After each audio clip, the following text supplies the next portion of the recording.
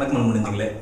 பில்லா 2 பில்லா 2 விமர்சனத்தோடு வந்து உங்களை சந்திக்கிறேன். நேராக விமர்சனத்துக்கு போயிடுறேன். ஏன்னா அதுக்கு பின்னாடி நடந்த விஷயங்கள் அதெல்லாம் வந்து பேசி பிரயோஜனம் இல்லை. ஸோ படம் ஃபஸ்ட் பாசிட்டிவ் சொல்லிடலாம், நெகட்டிவ் போகிறதுக்கு முன்னாடி. பாசிட்டிவ் வந்து அஜித் தான்.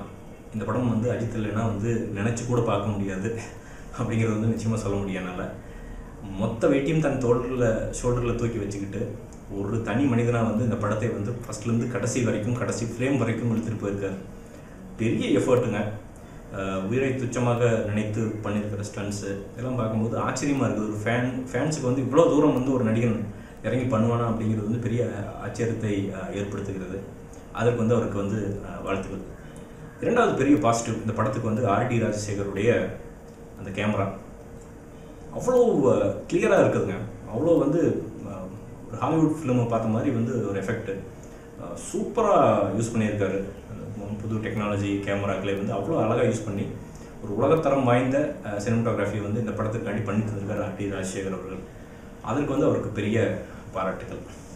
இதெல்லாம் தான் வந்து பாசிட்டிவ்ஸ். இந்த படத்தினுடைய நெகட்டிவ், ஃபஸ்ட் நெகட்டிவ் அப்படிங்கிறது வந்து, அதாவதுங்க படத்தில் ஸ்டன்ட்ஸ் இருக்குது. எஸ், நல்ல சூப்பரான ஸ்டன்ட்ஸ் இருக்குது. ஆமாம், நல்ல சிறந்த வசனங்கள். இரா முருகன் அவர் எழுதியிருக்கிற வசனங்கள் வந்து இருக்குது, இல்லைன்னு சொல்லலை, சும்மா கத்தி மாதிரி இருக்குதுன்னு சொல்லலாம். ஆனால் இது எல்லாம் போக வந்து ஒரு படத்தை வந்து செதுக்குவது இல்லை வந்து ஒரு ஹிட் ஆக்குவது அப்படிங்கிறது வந்து அந்த அடியில் இருக்கிற அந்த படத்தினுடைய அடித்தளம், கதை கரு அப்படிங்கிறது தான். அது போக ஸ்க்ரீன் பிளே இது வந்து பெருசாக மிஸ் ஆகிருக்குதுங்க இந்த படத்தை பொறுத்த வரைக்கும். இதுக்கு வந்து முதற் காரணம் அப்படிங்கிறது சக்ரி டோரட்டியாக தான் இருக்கும். ஏன் அப்படி நான் சொல்கிறேன் அப்படின்னா, ஃபுல் ஆன் சினிமா அப்படிங்கிற ஒரு சினிமா இணையதளத்தோட ஹெட்டு வந்து சிவா அப்படின்ட்டு அவர் ஒரு ஸ்டேட்டஸ் எழுதியிருந்தார். அதுக்கு வந்து என்னால் மறுப்பு தெரிவிக்க முடியல. என்னென்ட்டு, அஜித்தை மிகவும் நேசிக்கிற, அவர் ரொம்ப பெருசாக ஆகணும் அப்படின்னு நினைக்கிற டைரக்டர்கிட்ட அஜித் ஒர்க் பண்ணும்போது அந்த படத்தினுடைய கலரும் அந்த படத்தினுடைய அவுட்புட்டும் வந்து சுத்தமாக வேறு மாதிரி இருக்குது அப்படின்னு சொல்லியிருந்தார். அது வந்து ரொம்ப உண்மை. ஏன்னா இந்த படத்தை பொறுத்த வரைக்கும் சக்ரி டோரட்டி வந்து எனக்கு ஒரு சந்தேகம், அஜித்தை வந்து ஒரு ப்ராடக்டாக மட்டும் பார்த்துருக்காரோ அப்படிங்கிறது எனக்கு வந்து ஒரு பெரிய சந்தேகம். ஏன்னா அஜித் அப்படிங்கிறவர் வந்து ஒரு ப்ராடக்டை தாண்டி, ஒரு நடிகனை தாண்டி இன்றைக்கி அதுக்கு மேலே ஒரு விஷயமா இருக்கார். அப்படி இருக்கிறப்ப வந்து பார்த்து இழைச்சி பண்ணியிருக்கணும் இந்த படத்தை வந்து.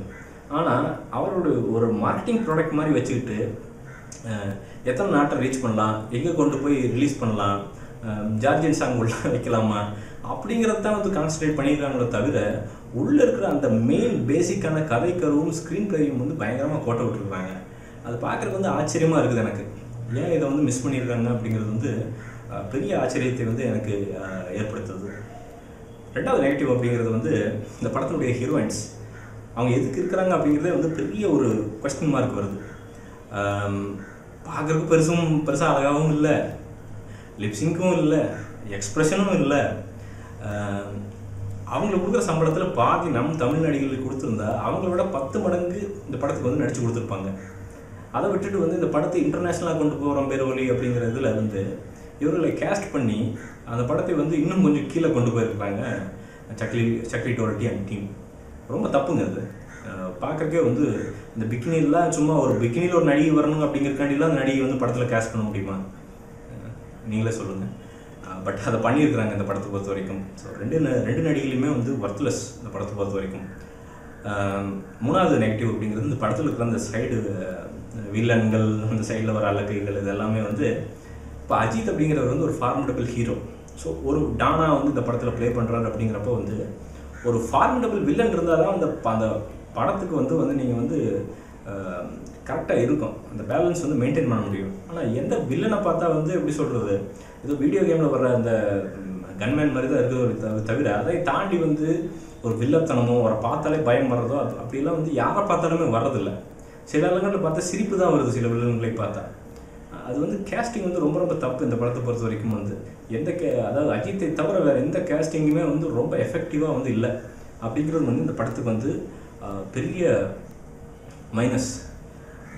நாலாவது மைனஸ் அப்படிங்கிறது வந்து எதுவுமே இன்டெப்த்தாக பண்ணல நீங்கள். ஏன்னா இந்த படத்துக்கு வந்து ஏ சர்டிஃபிகேட் வாங்கியிருக்கிறீங்க. ஏ சர்டிஃபிகேட் அப்படின்னு நாங்கள் என்ன நினச்சோன்னா, சில விஷயங்கள் எங்களுக்கு இலங்கை தமிழரை பற்றி நீங்கள் சொல்லுவீங்க அப்படின்னு கேள்விப்பட்டோம். என்ன நினச்சேன்னா இலங்கை தமிழரை இன்னும் நல்லா வந்து தெளிவாக, ஏன்னா ஏ சர்டிஃபிகேட் ஆச்சே, இன்னும் வந்து கொஞ்சம் ஓப்பனாக சில விஷயங்கள சொல்லுவீங்க அப்படின்னு நினச்சேன். பட் ஆனால் எனக்கு தெரிந்து ஒரே ஒரு டைலாக் வந்து மட்டும்தான் வந்துச்சு அது சம்மந்தமாக. என்னன்ட்டு நாங்கள் வந்து அகதிங்க தான் ஆனால் அனாதிங்க இல்லை அப்படின்ட்டு அந்த ஒரு டைலாக் மட்டும் வச்சுட்டு அதை தாண்டி வந்து நீங்கள் எதுவுமே போகலை அப்படிங்கிறது வந்து ஏன் போகாமல் இருக்கிறீங்க? அதான் ஏ சர்டிஃபிகேட் வாங்கிட்டீங்களா சார்? ஸோ எப்படி இருந்தாலும் வந்து நீங்கள் என்ன வேணால் டைலாக்ஸ் வந்து உள்ளே வைக்கலாம், ஏன் வைக்காம விட்டீங்க அப்படிங்கிறது எனக்கு தெரியல.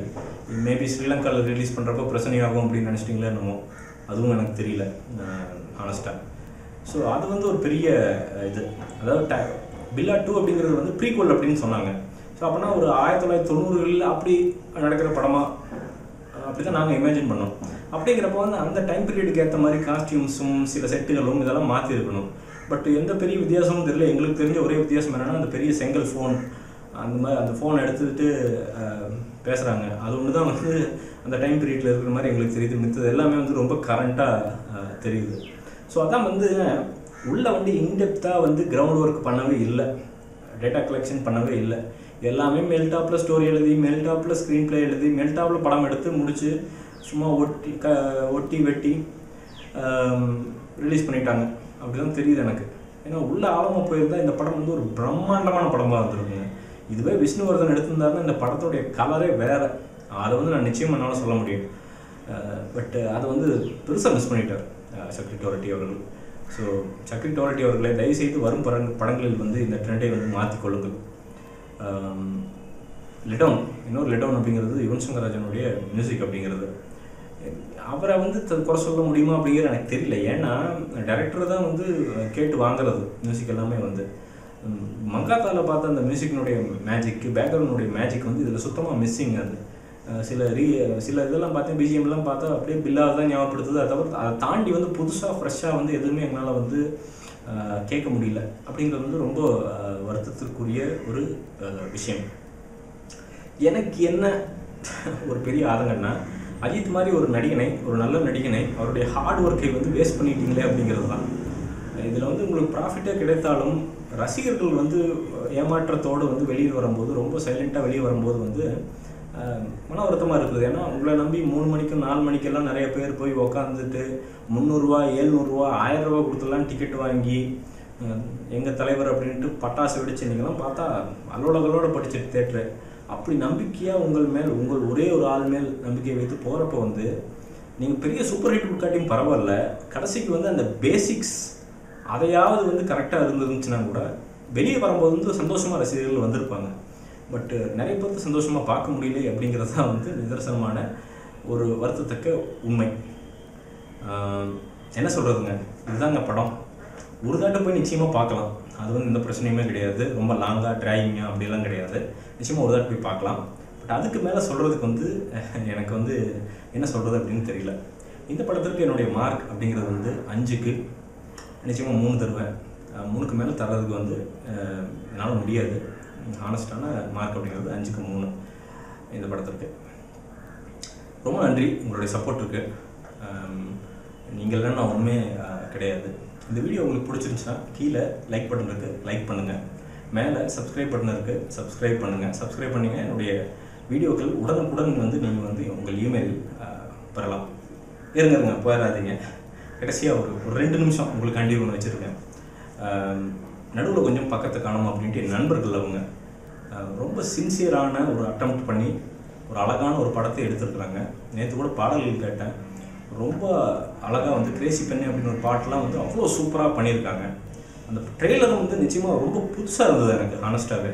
ஸோ அதங்காட்டிக்கு வந்து அவங்க சப்போர்ட் பண்ணணும்னு அப்படின்னு நான் நினச்சேன். அதங்காட்டிக்கு வந்து இதுக்கப்புறம் வந்து அந்த படத்தினுடைய 2 நிமிட ட்ரெய்லரை வந்து இணைத்திருக்கிறேன். தயவுசெய்து நீங்கள் எல்லோரும் பாருங்கள். பார்த்து வந்து அந்த படத்துக்கு நீங்கள் சப்போர்ட் பண்ணுங்கள். ஏன்னா இவர்கள் தான் வந்து வருங்கால தமிழ் சினிமாவை வந்து செதுக்குவதற்கான சரியான சிற்பிகள் அப்படின்னு வந்து நான் நினைக்கிறேன். ஸோ ப்ளீஸ் ட்ரெயிலர் பாருங்கள், பார்த்து என்ஜாய் பண்ணுங்கள். உங்கள் ஆதரவுக்கு நன்றி. வணக்கம். மீண்டும் ஒரு வீடியோவில் சந்திப்போம்.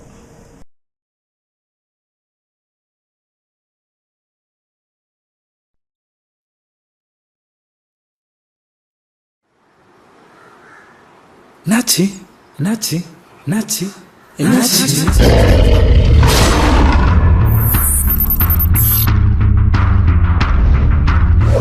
கிரிக்கெட் விளையாண்டோம். இங்க பாரு அநியாயத்தை. நீதானே அடிச்ச. யாரப்பா அடிச்ச? பால் மேல போச்சு. கேட்ச் பிடிக்கலான்னு பின்னாடியே போனேன். புஷ்டியா சார்? விட்டனா கால் ஸ்லிப் ஆகி கீழே விழுட்டனா. இங்க அடிபட்டிருக்கோம். இங்கதான் மெடுல் ஆப்ளைங்கண்டா இருக்கு. முட்டை ஆம்லேட்டா? என்னடா சொல்ற? அதே சொல்லிட்டு இருக்கான். அப்படிதான் சொல்லுவாங்க. நான் சொன்னா கேப்பியா மாட்டியா? நீ சொன்ன நான் ஏன்டா கேட்கணும்? ஆக்சுவலா இந்த ட்ரெஸ்ல நீ சும்மா தேவதை மாதிரி இருக்கு. காதல்ங்கிறது ஆள் மனசுல அடிச்ச ஆணி மாதிரி.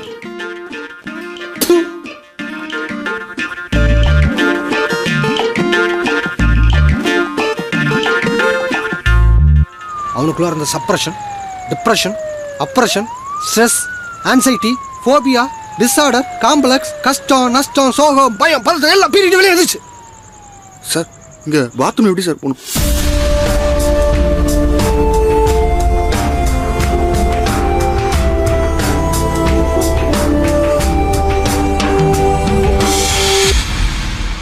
லைஃப் விளையாட்டு கிடையாதுப்பா.